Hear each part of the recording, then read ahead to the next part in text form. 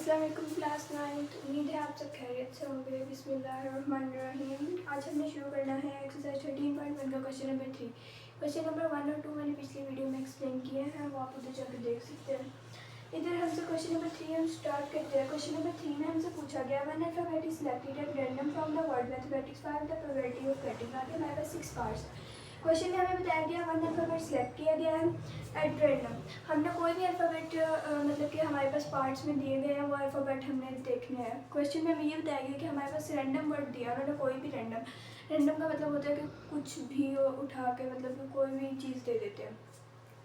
तो उन्होंने हमारे पास रैंडम वर्ड दिया है, वो है मैथमेटिक्स। अब हमारे पास सैम्पल भी मैथमेटिक्स है और ए भी मैथमेटिक्स है, जो हम ब्रैकेट में लिखेंगे। लेकिन जो नंबर ऑफ़ ए और नंबर ऑफ़ एस है ना, वो हमारे पास चेंज करेंगे। देखते हैं कैसे। यहाँ हमारे पास सैम्पल है, मैथमेटिक्स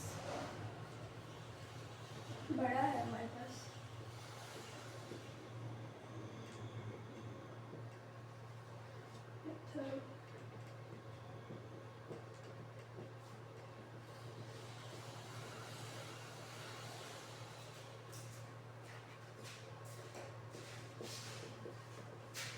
नंबर ऑफ सैंपल मैंने आप लोगों को पिछले क्वेश्चन में बताया था कि वो होता है कि जिस पे हमने गिनने होते हैं सैंपल में, कि मतलब अब ये वर्ड्स हैं तो वर्ड्स कितने हैं हमारे पास, हम गिनते हैं 1 2 3 4 5 6 7 8 9 10 11, मतलब 11 जो है हमारे पास वो नंबर ऑफ सैंपल बन गए।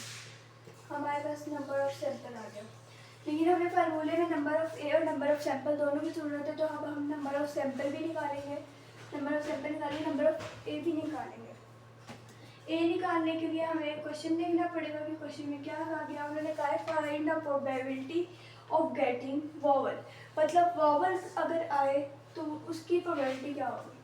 हमारे पास अब देखते हैं हमारे पास इसमें वॉवल कितने हैं। पहले तो हम लिखेंगे इधर ए भी हमारे पास यूँ मैथमेटिक्स आएगा,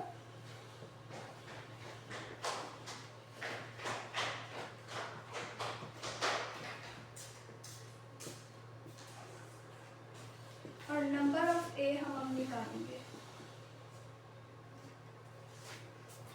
नंबर ऑफ ए वॉवल निकालना है हमने। वॉवल हम देखते हैं हमारे पास कितने वॉवल होते हैं, ए ई आई ओ यू।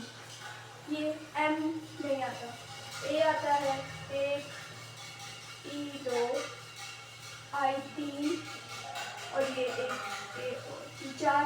टोटल की 4 वॉवल हैं हमारे पास, 1 2 3 और ये 4, मतलब कि 4 जो है हमारे पास नंबर ऑफ ए बनेंगे। हमारे पास फार्मूला कंप्लीट हो गया। अब हम इसे पुट करेंगे, P of A is equal to N of A हमारे पास 4 है और एन ऑफ एस 11 है। अब हमारी कटिंग नहीं हो रही क्योंकि ये दोनों एक टेबल पे, ये दोनों ऐसे नंबर्स हैं जो किसी एक टेबल पे नहीं जाते। तो अब हम पी ऑफ ए हमारे सेकंड पार्ट में हमने जो करना है वो है, उन्होंने हमें कॉन्सोनेंट दिया हुआ। कॉन्सोनेंट मैंने आप लोगों को पहले क्वेश्चन में बताया था, वो कॉन्सोनेंट वो होते हैं जिसमें वॉवल अल्फ़ा इंग्लिश अल्फ़ाबेट में वॉवल के अलावा जो वर्ड होते हैं उनको कॉन्सोनेंट कहते हैं। कॉन्सोनेंट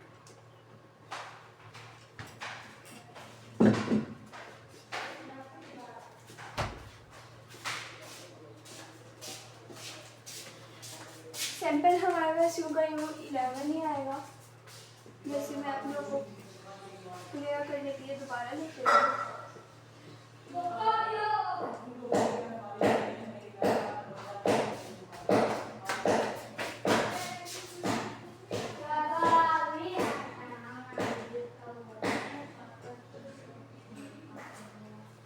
नंबर ऑफ ए जो हमारे पास मतलब कि फेवरेबल आउटकम है, वो भी हमारे पास क्वेश्चन में ए तो हमारे पास मैथमेटिक्स आएगा, लेकिन नंबर ऑफ ए जो है वो हमें निकालना पड़ेगा।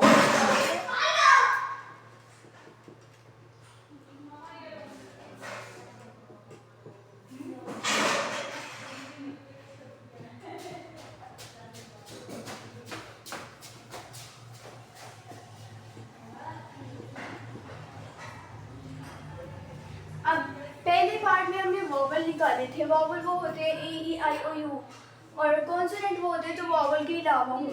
इंग्लिश अल्फ़ाबेट्स में वॉवल्स अल्फ़ाबेट के अलावा जो अल्फ़ाबेट बचते हैं हमारे पास, वो उनको कॉन्सोनेंट कहते हैं। हम देखते हैं, हम ऐसे भी निकाल सकते हैं कि वावल हमारे पास 4 थे तो 4 ये टोटल 11 नंबर है, 11 में से 4 निकाल दिए, 7 बचते हैं। लेकिन फिर भी आप लोग क्लियर करने के लिए बताते हुए देखिए 1 2 3 4 5 6 7 और ये 8, 1 2 3 4 ये नहीं आएगा, सॉरी 5 6 7 हमारे पास टोटल 7 कॉन्सोनेंट बने। मैंने वही बताया था 11 में से 4 निकाले, मतलब पहले उसमें हमारे पास वॉवल थे वो 4 थे। ये 7 हमने फार्मूले में वैल्यूज पुट की और हमारे पास आ गया 7 और 11 आंसर प्रोबेबिलिटी। ये भी किसी टेबल पे कट नहीं होता, इस वजह से सेम टू सेम हम यही आंसर लिखेंगे। नेक्स्ट पार्ट की तरफ चलते हैं।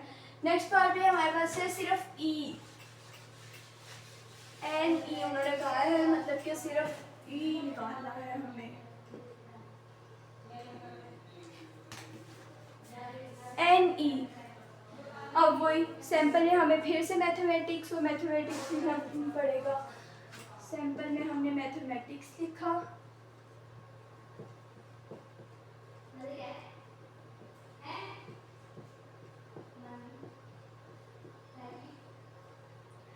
सैंपल हमारे पास बन गया, नंबर ऑफ सैंपल हमारे पास बन गया 11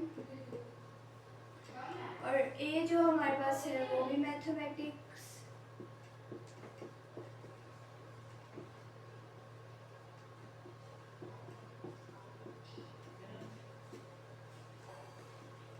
और नंबर ऑफ ए बनेगा हमारे पास, ये अब हम देखेंगे। उन्होंने हमें सिर्फ ई कहा है, एन ई मतलब कि सिर्फ ई। अब हमने मैथमेटिक्स से सिर्फ ई निकालना है जो हमारे पास नंबर ऑफ ए होगा। ई हमारे पास एक ही है, ये एक ही है हमारे पास। देखिए ये M A T H E, एक ये E M A T S S, और कहीं पे भी ई नहीं है तो हमारे पास एक ये ई आएगा। तो हमारे पास एक है ई, तो ये 1 आ गया। फार्मूले में वैल्यूज पुट करेंगे, एन ऑफ ए 1 और एन ऑफ एस 11। इनकी भी किसी टेबल पे कटिंग नहीं होती तो ये भी होगा, यहाँ से आ जाएगा। ये हमारे पास पार्ट 3 भी हो गया।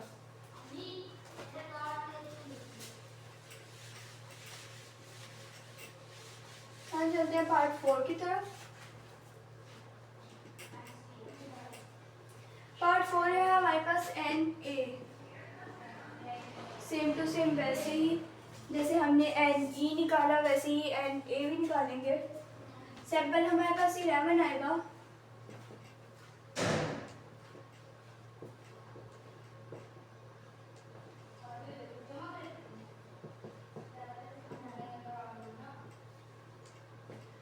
नंबर ऑफ सैंपल हमने पहले निकाला वो 11 ही आएगा।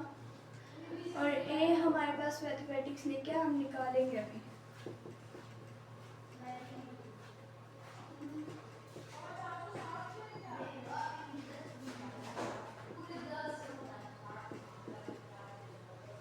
अब ए हम देखेंगे, ए इसमें कितने हैं वो हमारे पास एन ऑफ ए आएंगे।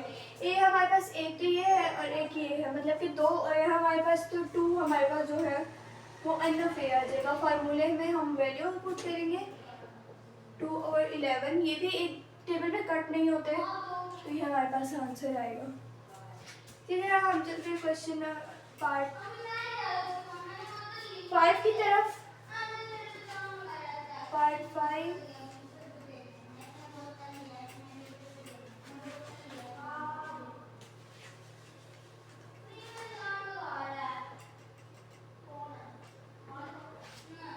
5 में उन्होंने कहा नॉट एन। अब इसमें बच्चे कंफ्यूज हो जाते हैं अक्सर।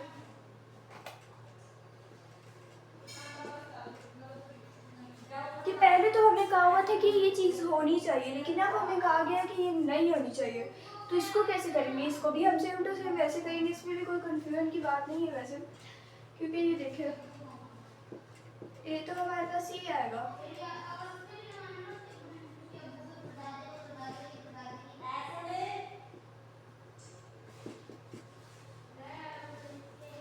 एम हमारे पास नहीं होना चाहिए, तो हम ये देखें नॉट एम को मतलब होता है एम नहीं होना चाहिए, N E N A N अगर होता तो हम भी निकालते कि एम होना चाहिए। अब हम एम नहीं होना चाहिए, एम को निकालेंगे 1 और ये 2 एम है हमारे पास, ये नहीं होने चाहिए। तो 11 में से 2 निकाले तो 9 बचे। टोटल 11 वर्ड्स थे, इसमें से 2 निकाल दिए, 2 एम में, तो हमारे पास 9 बचे। वैल्यूज पुट करेंगे, ये एक टेबल पे कट नहीं होते तो हमारे पास ये आंसर आ जाएगा। अब हम चलते हैं पार्ट 6 की तरफ।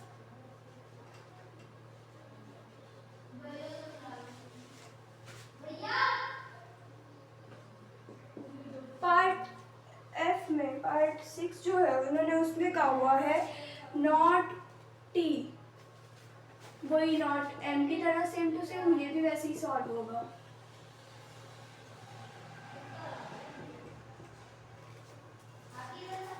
अब हमें देखना है नॉट टी कहा गया है, तो वैसे ही इसमें से भी हम टी निकालेंगे। टी हमारे पास एक ये है और एक ये है, 2 टी हो गए हमारे पास, मतलब हम एम की तरह इनको भी निकाल दिए। टोटल 11 वर्ड्स है, 11 में से 2 निकाल दिए, 2 टी है तो 9 बचेगा हमारे पास। सेम टू सेम वही आंसर आएगा इसका भी, 9 और 11 आंसर हमारे पास बनेगा। ये हमारे पास थे क्वेश्चन नंबर 3 पूरा। अब हम करेंगे क्वेश्चन नंबर 4। क्वेश्चन नंबर 4 में उन्होंने कहा हुआ है Aslam rolled the dice, Aslam ने डाइस को रोल किया, लूडो वाली डाइस को रोल किया। What is the probability of getting the numbers 3 और 4। हमारे पास जो नंबर हैं 3 और 4, अगर वो नंबर आए, उस नंबर के आने के कितने चांस है हमारे पास, तो हम देखते हैं। इस क्वेश्चन में हमारे पास 2 पार्ट बन रहे हैं। उन्होंने एक और भी पूछा हुआ also find the probability of not getting the number 3 और 4। ये हम बाद में करते हैं, पहले हम पहला पार्ट करते हैं जिसमें हमसे पूछा गया what is the probability of getting the number 3 और 4, मतलब कि नंबर 3 और 4 के आने के कितने चांस हैं। जब हम डाइस होती है, लूडो की जो डाइस होती है उसकी 6 साइड्स होती है और हर जगह पे मतलब डॉट्स लगे होते हैं, वो एक जगह पे 1, एक जगह पे 2, इस तरह करते करते 6 होते हैं टोटल। तो हम इधर लिखेंगे सिंपल इज इक्वल टू, पहले मैं आपको ऊपर हेडिंग दे देती हूँ ताकि कंफ्यूज ना हो, गेटिंग 3 और 4। सिंपल हमारे पास बनेगा 1 2 3 4 5 और 6, और नंबर ऑफ सिंपल हमारे पास बनेगा 6, मतलब कि टोटल 6 नंबर 1 2 3 4 5 6। ए जो हमारे पास बनेगा वो है, मतलब उन्होंने क्वेश्चन में बताया हुआ है कि हमारे पास 3 और 4 नंबर आए, तो मतलब कि इसमें से हम 3 और 4 नंबर लेंगे, 3 और 4, तो हमारे पास एन ऑफ ए आएगा 2, क्योंकि 2 नंबर्स है ना टोटल। अब हम फार्मूला अप्लाई करेंगे इस पर, P of A is equal to N of A 2 है और एन ऑफ 6 है, कटिंग होगी 2 1 जा 2 2 3 जा 6, तो हमारे पास आंसर आएगा 1 नंबर 3।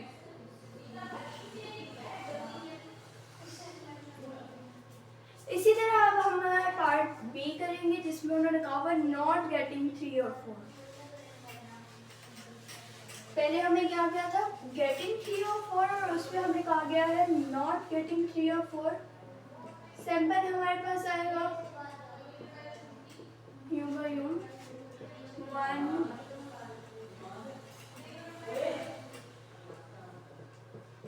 2 3 4 5 और 6, और नंबर ऑफ सैंपल हमारे पास आएगा ये टोटल 6। अब हमने निकालना नॉट गेटिंग किया फॉर, ये मैंने क्वेश्चन नंबर 3 में भी हमने किया है, नॉट एम नॉट टी। आप उसी फार्मूले से भी कर सकते हैं कि हम 6 में से ये 3 और 4 निकाल दें, पीछे हमारे पास 4 नंबर बचेंगे और 4 नंबर बचेंगे, तो वही फार्मूला यूज़ करेंगे, 4 और 6 इनकी कटिंग होगी और आंसर आ जाएगा। लेकिन अगर हम इसका एक और फार्मूला है, वो है पी ऑफ ए प्राइम, वो हम देख लेते हैं पीछे। ये फार्मूला कि अगर हमारे पास नॉट है, कहा गया है कि नॉट नहीं होने चाहिए, तो हमारे पास ये फार्मूला भी लग सकता है, P of A prime 1 minus P of A. P of A prime वही होता है पी ऑफ ए, लेकिन उसका प्राइम लग जाता है 1 माइनस पी ऑफ ए जो हमने वो निकाला 1/3 वो था हमारे पास। हम देख लेते हैं पी ऑफ ए प्राइम के लिए पहले हमें पी ऑफ ए निकालना पड़ेगा।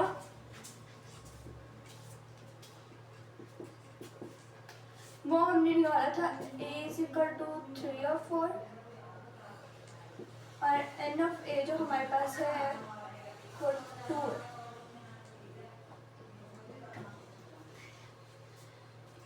तो p ऑफ a जो हमारे पास बनेगा वो है 2/6 वही कटिंग 1/3। और जो पहले पार्ट में हमारा आंसर आया था वही आया, लेकिन अभी हमने आगे करना है क्योंकि ये पी ऑफ ए प्राइम से होगा जिसमें नॉट पूछा गया। ये हमारे पास 1/3 आया। अब हम फार्मूला यूज करते हैं इसे पी ऑफ ए प्राइम का।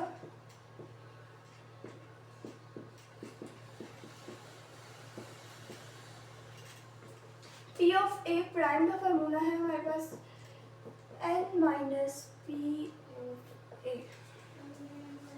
तो ये इसी तरह होगा 1 माइनस 1/3 1 माइनस 1/3। अब देखें ये मल्टीप्लाई होगा 3 1 जा 3 और 3 माइनस 1 2/3। जब मल्टीप्लाई होगा ना 3 1 जा 3 माइनस 1/3 तो हमारे पास आएगा 2/3 जो है वो हमारे पास आएगी प्रोबेबिलिटी ऑफ प्राइम।